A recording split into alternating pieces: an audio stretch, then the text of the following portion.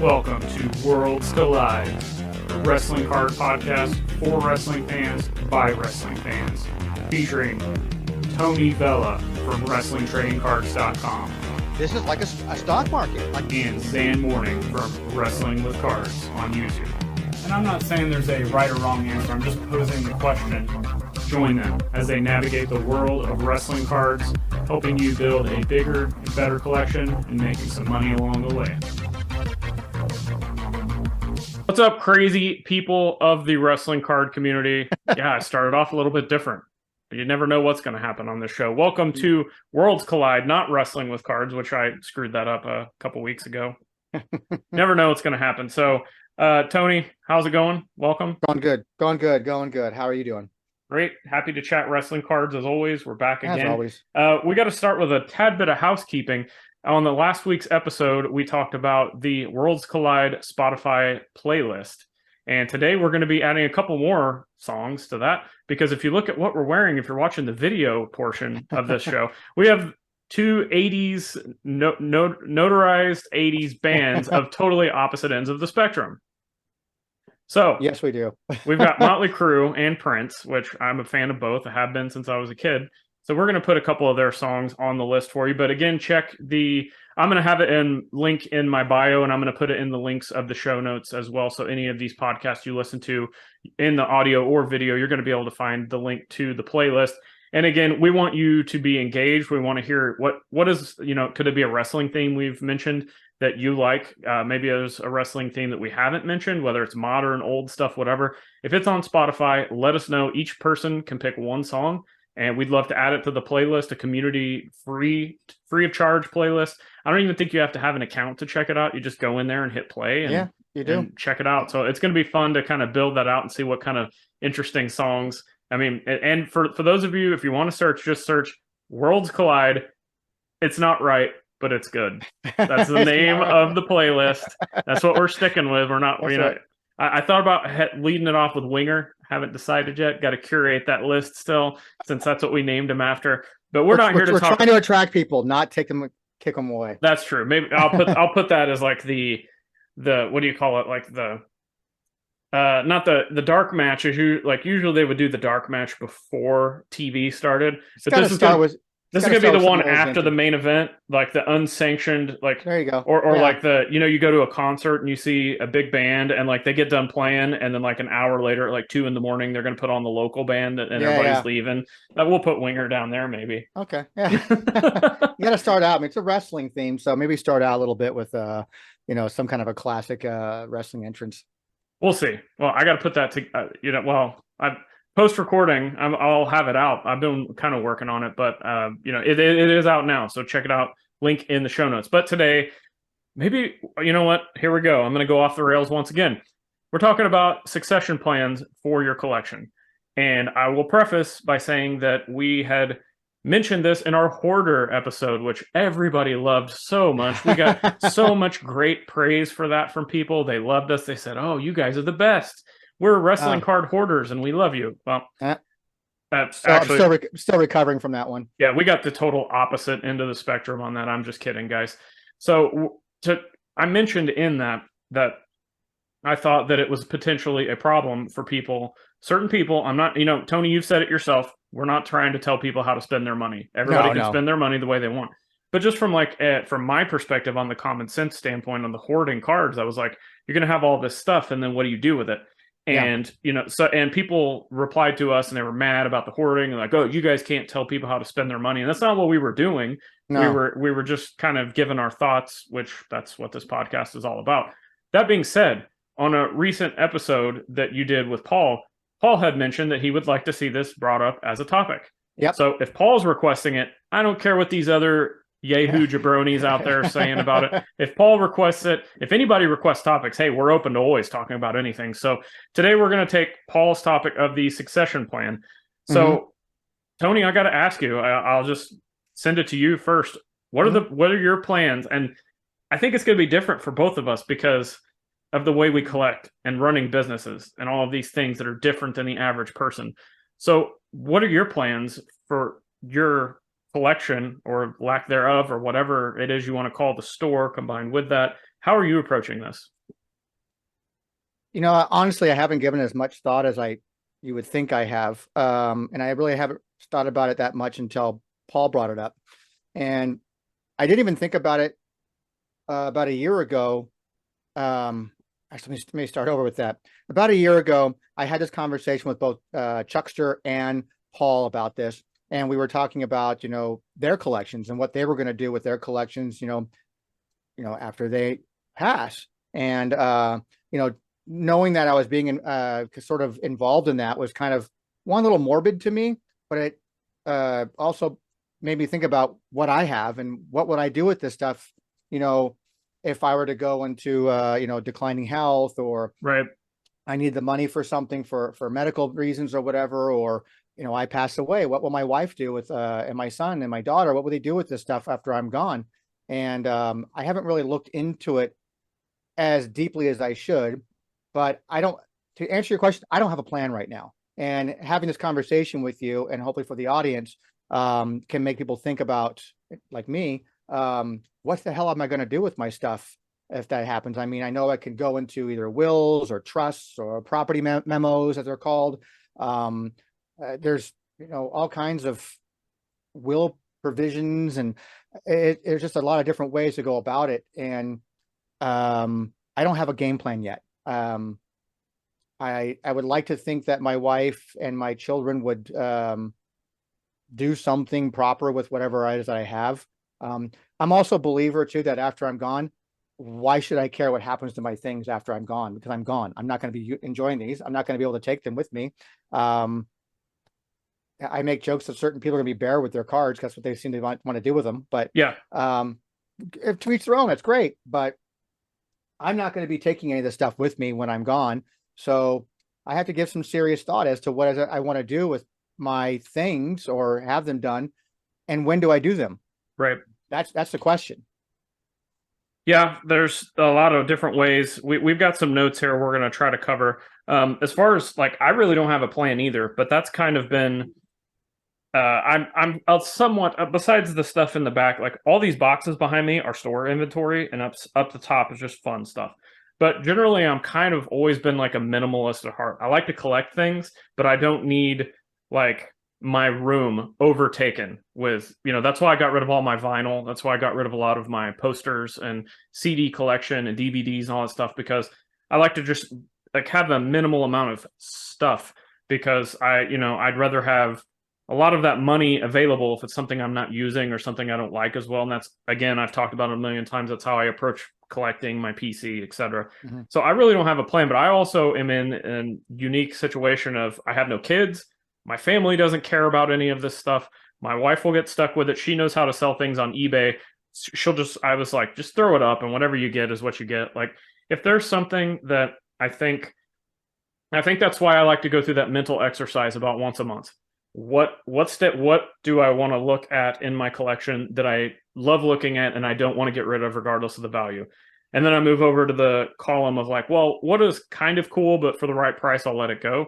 And then what is something that I just don't care about anymore, and I'm going to get what I get and take that money, buy another card, maybe, put a down payment on something else with a bunch of other cards, maybe put that money in a savings account. I don't know. There's a million things you could do, but I go through that exercise about once a month because I want to try to consistently trim the fat of the stuff I don't care about. So it becomes less of an issue of someone else to deal with, because unfortunately, Tony, I don't know about you, I've had to deal with people passing and inheriting their stuff, or having to help and take care of the stuff they've left behind. Mm-hmm. And sometimes it's a pain. You're just overwhelmed with this stuff. And I don't think that some people consider the burden that that's going to put on some people when they pass. And I know that it's also been talked about that people I'm going to be buried with my cards. And I guess if that's what you want to do, that's fine. But I recently heard a story of Dimebag Darrell from Pantera when he was buried, that at the funeral, Eddie Van Halen mm-hmm. brought one of his original the original Frankenstein guitar and put it in his casket with him. And Vinny was like, "Are you sure you want to do this? This is your original Frankenstein." And he's like, "Dime was an original. He deserves an original," which is a cool story. Yep. But at the same time, let's say you get buried with a card, and that card could, we can't predict when we're going to pass, but if you were a little bit more proactive, could that card sell if you didn't care about it as much? Could that set your family up? If it was in a will, like you said, or what if you sold it, a little ahead of time and said, here you go, do this with the money? Would that be a little bit more proactive for your family member or whoever's going to inherit your stuff, as opposed to being buried with it? Like, that's something that, just for me personally, I've never understood the whole I'm going to be buried with something, because I would rather anybody, my next door neighbor, I'd rather them inherit all of that money than something that's going to actually physically be in a casket with you. Yeah. Then there's the situation where I've heard people say, well, my kids are going to get it. And it's kind of a double-edged sword, because number one, they're doing just what I said. They're potentially setting their family up for the future by, if they've got some kind of high-end, rare thing that their kids could then say they have no interest. That's okay. They could just turn around and sell that and help their family out down the road. On the flip side, how many people were buying Greg Jeffries cards in the 80s thinking he was going to be the next big thing and saying, oh, these are for my kids? How did that work out? So you're missing opportunities to kind of get ahead of the curve, to sell things proactively, to then do better things with that money, whether it's life stuff or PC stuff or whatever it is. So that's a super kind of out of the box approach, I think, that I have to it, but that's kind of where I am. Yeah. Regardless of what your position is on this, I think it's important that as a collector, you should think about this, and don't have to think about it when you get in your 60s or 70s like that. Now's a good time to think about it, regardless. Yeah. It doesn't, again, like you said, we don't know our time when it's up. So it's never too late to think about it. There's some online tools you can use to help you determine, now or later, how you can determine who's going to inherit your stuff. And, you can, start putting together your plans, whether it be in a will, whether it be, like I said, in a trust of some kind, or what they call property note memos or notes. It's important to start kind of putting those things together. And as your collection changes, I know, but you don't have to be very specific about, like, I have this 82 Hogan, or I have this 2014 Roman Reigns. You don't have to be specific about your things. You can just say, my collection of cards goes to this, or this is to be done with it, kind of thing. It's kind of important to think about what you want to do with it. I think you should include it in your will, or whatever it is you want. And have you done that yet? I guess that's a good question to throw back to you. I haven't. No, I don't even have a will. So I don't either, because I have, and again, unique perspective on my end, and because we have this to talk about, like, nobody's going to want my stuff. I don't have a whole bunch of, I don't have a huge extended friends and families. But here's the problem with that, though. And here's where I'm going to have a disagreement with you on that. Okay. And that is, you say that now, knowing what you know now, but the second that you pass, everything changes. People's perspectives change. People's attitudes towards that individual change. People's, like, whatever animosity you had towards a family member, or whatever grievances you had with such and such. Sometimes those things go like, oh, but no, Zhan and I were the best of friends. He would have wanted me to have all this stuff. Blah, blah, blah, blah. So I think it's important that you still put together some sort of document that states, this is what my intentions are, that I want my things to be done with after I pass, so that nobody has any, like, there's no fighting and squabbling. Again, you're not around to deal with it, so I guess who gives a shit, right? But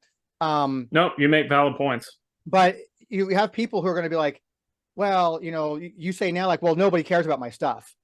Well, because they're around and you're around, and they don't want to hear you talk about it because they don't give any interest in it, because it's what makes you happy. Right. But the second you're gone, all of a sudden, like, well, he's my first cousin from da da da da. It's like that. And we went to wrestling matches when we were kids, and da da da da. So I think I'm the one most, because money is a driving force for a lot of people, and they're going to want to get what they can out of it. This is why it's important. Like, I'm assuming with my dad's in bad health, and has been for a while, and I can give two silly shits about him, to be honest with you. So, but I can almost guarantee you that there was a time when I was in the will for a lot of things, and I can guarantee you, after 30 plus years of not communicating with the man, that I have been removed from that, with the exception of, because I know he's smart, that I will probably be bequeathed $1.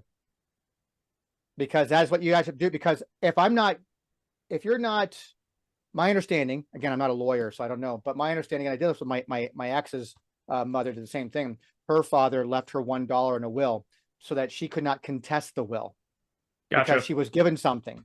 So if you leave a will, you have to make sure that all the parties that are important, that you know, like, oh, my second cousin over here, blah, blah, blah, over there, you give them $1, you give them, most aren't going to take it. But then if you at least left them something, they can't really contest the will then. Makes sense. So yep. I'm pretty sure that my dad is going to leave some, like $1 or something like in the will, or like, hey, I'm leaving him a pack of firecrackers that I got from, 1978 that have been in the bottom drawer of my waterbed that I've had since 1979. Wow. So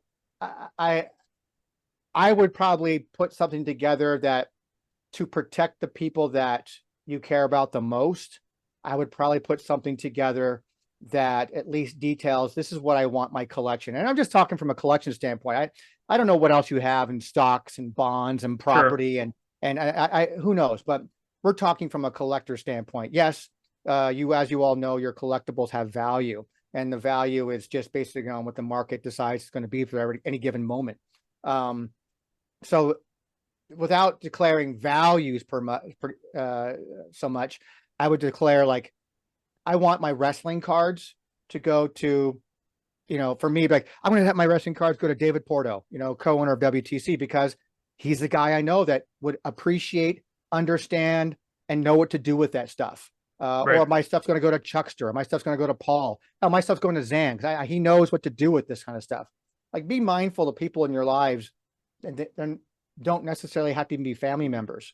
So would you do that if you're making a will? Would you divide it between your close collecting friends and family? Would you give it all to family? How would you actually approach that? And there's no right or wrong. I'm just, it's just a general question. Think it's something to think about. Like, I just sit down and actually have a conversation. Like, I would have a conversation with my wife about that, saying, hey, honey, would you be, okay if I decided to, give away, all my wrestling cards to this person instead of you? I as my wife, I would think that, it's important for me to have a conversation like that with her. I don't want to blindside her after my death going like, oh, well, holy shit, I had no idea that he had, right.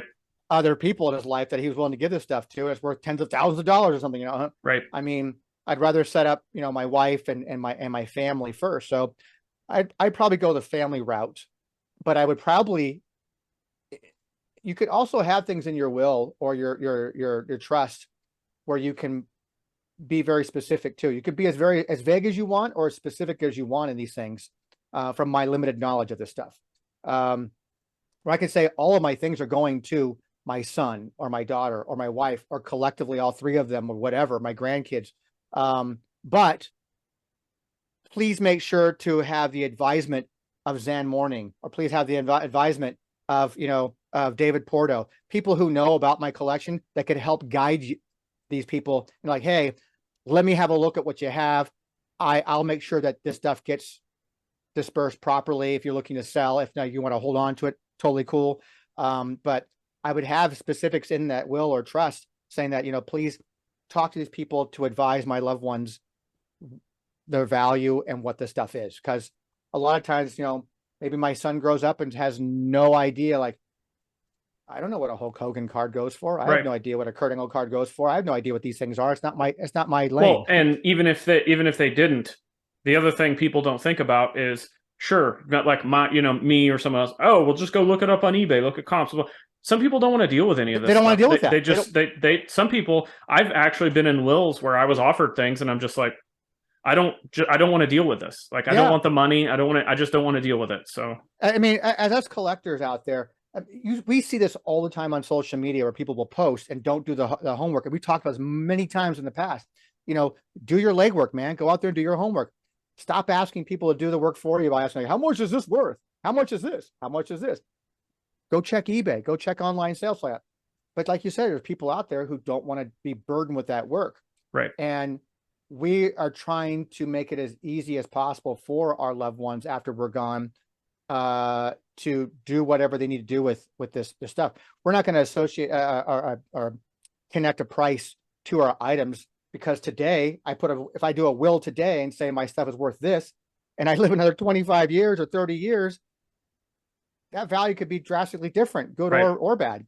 So I would have to put in invite, here's a list of people that I would recommend you go and talk to if they're still around after I'm gone. Otherwise, you're shit out of luck. You have to look it up for yourself. And go and have them help you decide the value of these things, so you can determine if you want to keep it or sell it or do whatever. It's going to be so many variables play into these kinds of decisions, that it really truly is a case by case basis on this. So, but the fact is, I do believe and think it's important that you consider your collections in your wills, and it's something that you should not ignore. Let's close out the show with talking about the cards being looked at as assets. Yes. And this is actually a topic a couple weeks from now, we'll be discussing the idea of like true collecting and that whole thing. So most people, we've got the camp that has always viewed cars as assets. Mm-hmm. Even back, like all of us, when we were going back and we'd pull a rare car, oh, what's Beckett say this is worth? You know what I mean? So it's always been there, but there's also for a lot of us, there's the part of we want to collect because we like to collect. And that, I think that's very important to kind of view your collection. And let me give you a prime example of how I'm approaching this. I've got stuff like the All-Stars, like the Hogan PMG, the Rock Auto, stuff like that. It's kind of, I wouldn't say they're groundbreaking cards, but they're worth more than, the average card. Sure. But then I've got all the carry cross stuff. And that is the stuff that I'm collecting, because if I'm loving trying to get as big of a collection of that stuff as possible. So if I can get, 500 base cards of WWE Prism carrying across, like nobody wants that but me. So from a asset perspective, I don't view that kind of stuff as it. Now, could that stuff be resold after I pass away and, somebody makes some money on it? Could they make like $5 or $10 off that? Sure, absolutely. But that's why I also like to run through that exercise I was telling you about, where if I see something as more of an asset than part of my PC, I just assume get rid of it now and invest that money, or again, put that money into a house payment, a car payment, like whatever that's going to affect my life currently or my family or immediate family's life, or help out a family member. Then I would try to figure that out later.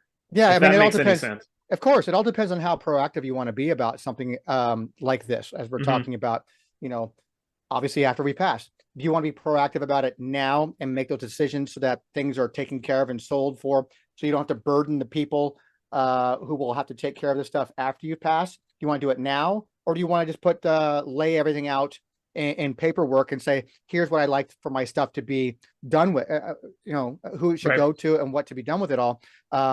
So there's different ways to approach that. Do I want you to do all the work after I've gone, or do I want to help you do the work while I'm still here and sort of transition this stuff into just actual money of some kind and help you out the best I can? But at that point, it's like, that's also kind of a catchy thing. Like, am I done with this hobby? So I'm going to kind of wipe my hands clean of it all and move on to something? Or do I know of something that I haven't told my family members yet that I'm, got a condition that I haven't disclosed yet to everybody? And I'm, holy shit, Zhan's selling everything off. Is he okay?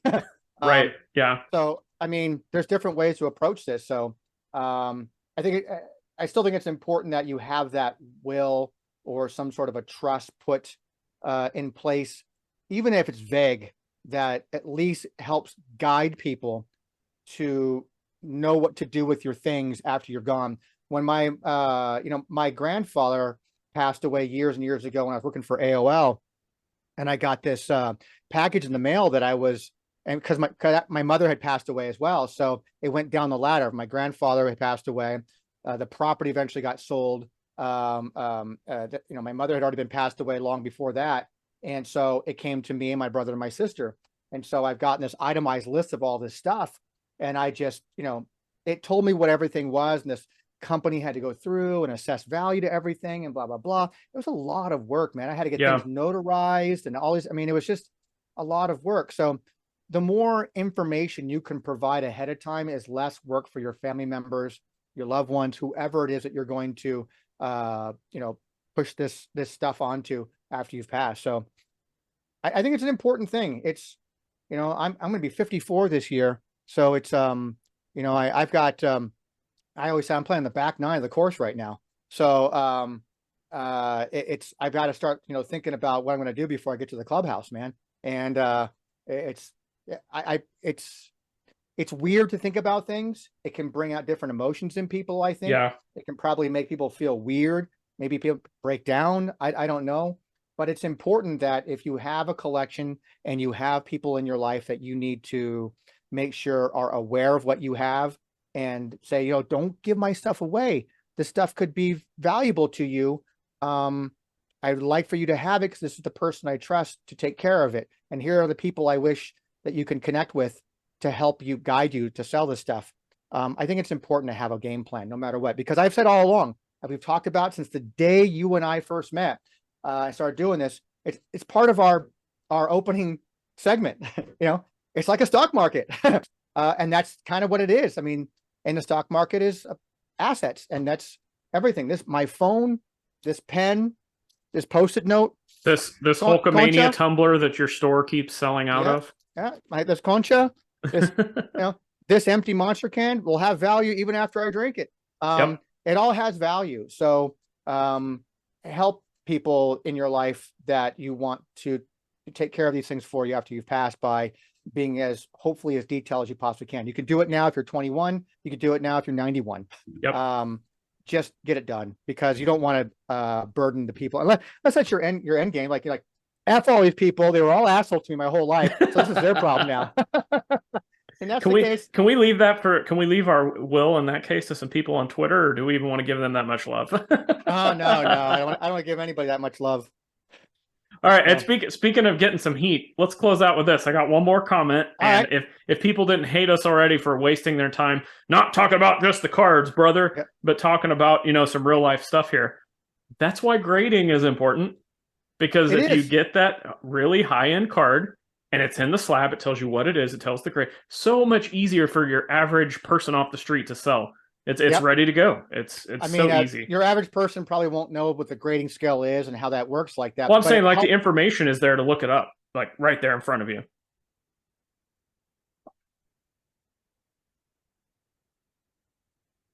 It couldn't be any simpler. You cut out there. You cut out there. We both did. So it just says that we're unstable, but that's my thing says that your internet connection is unstable, but that's my whole life. All right, I'll just go ahead and close where we're done. So we're done here, man. Hey, usually you're asking me how people can find me, but I'm asking you first. How can people find you if they don't already know? At Zhan Morning on all social platforms, Wrestling with Cards on YouTube, Wrestling with Cards, the podcast. More importantly, right here on this podcast, that you're taking the time out of your busy day, busy schedule to listen to us talk about succession plans, which, again, I'm going to beat this drum over and over again, like death metal blast beats, actually.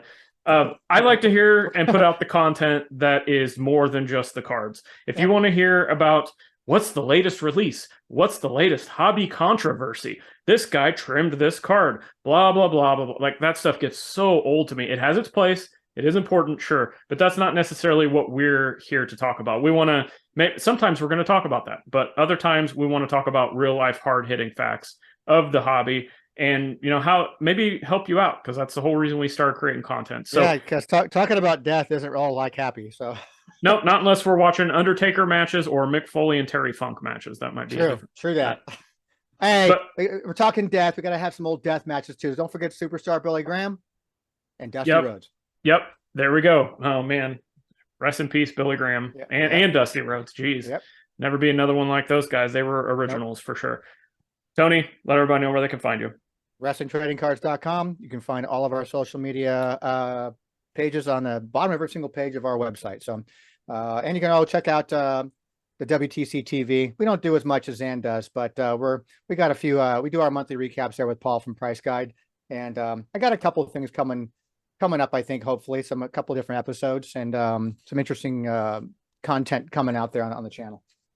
Thank you guys for listening. Again, check the links in the show notes. We want you two things. We want you to make sure to check out the Worlds Collide Spotify playlist. So just some fun, adventurous music for all of you guys, whether it's wrestling music or metal or who knows. We're going to have some Prince. We're going to have some Motley Crue. It's going to be great. Get some 80s throwback stuff on there. It's going to be fantastic. But also engagement. We want you to be a part of that. We want you to be a part of the show. As I stated today, Paul requested this topic.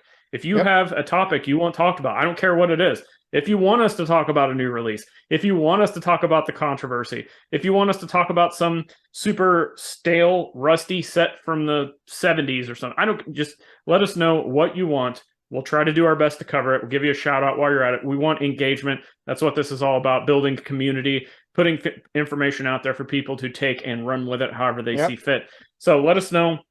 Check the show notes for all the ways you can help support. Hit subscribe. Leave us a review wherever you're listening to this on. There's tons of podcast platforms out there. Every review that you leave, especially if it's that specialty Dave Meltzer 5-star Tokyo Dome, leave us that. It'll help get us in front of more collectors, in front of more listeners, and build the community, build the viewing audience. Until next time, there's one thing that I remember in the 80s that Motley Crue and Prince both said about wrestling cards, but a lot of people don't remember what it was. Tony happens to remember what that was. 100% I do. Back in the day, I remember seeing this live. I think I saw Motley Crue first time, Magic Mountain. And I was on the steps going up to the stage, and Nikki Sixx turned and looked at me and said, "Get out of my effing way. And by the way, wrestling cards rule." Woo! Shout out the devil. Goodbye.